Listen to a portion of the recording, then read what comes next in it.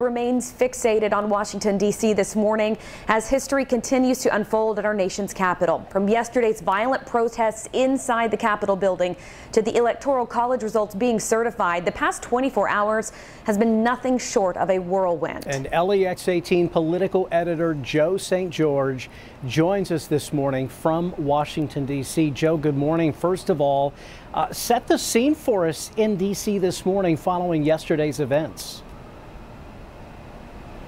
You know, this town was shaken, right? And it doesn't matter, quite frankly, if you live a block away from the Capitol, a mile away from the Capitol. This was a punch in the gut for Washingtonians. It was also a punch in the gut for those who live around the country. I mean, people in Lexington felt the same way that we in Washington felt as we saw these images unfold inside the United States Capitol building. But the United States Congress overnight, while people were sleeping, sending a strong message of democracy to people around the world, certifying the Electoral College vote for President-elect Joe Biden. Kentucky Senator Mitch McConnell playing a major role in that, perhaps delivering his finest speech, saying it was the most important vote in his entire career. Think about that.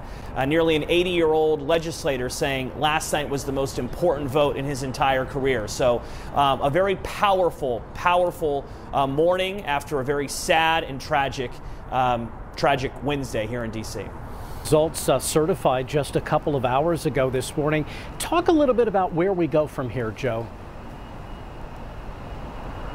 You know, I think the big question is going to be what happens between now and January 20th with President Donald Trump. There are a lot of people calling for censure. Some want to bring back impeachment so that he doesn't have an opportunity to run again.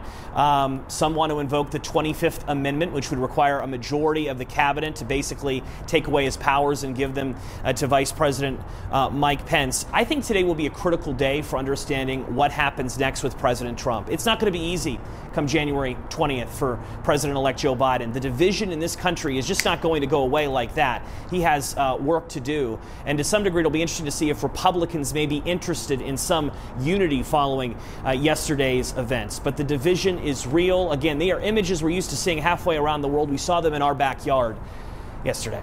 And of course, the president released a statement shortly after the certification just a couple of hours ago, promising a peaceful transition. Quickly, your take on this.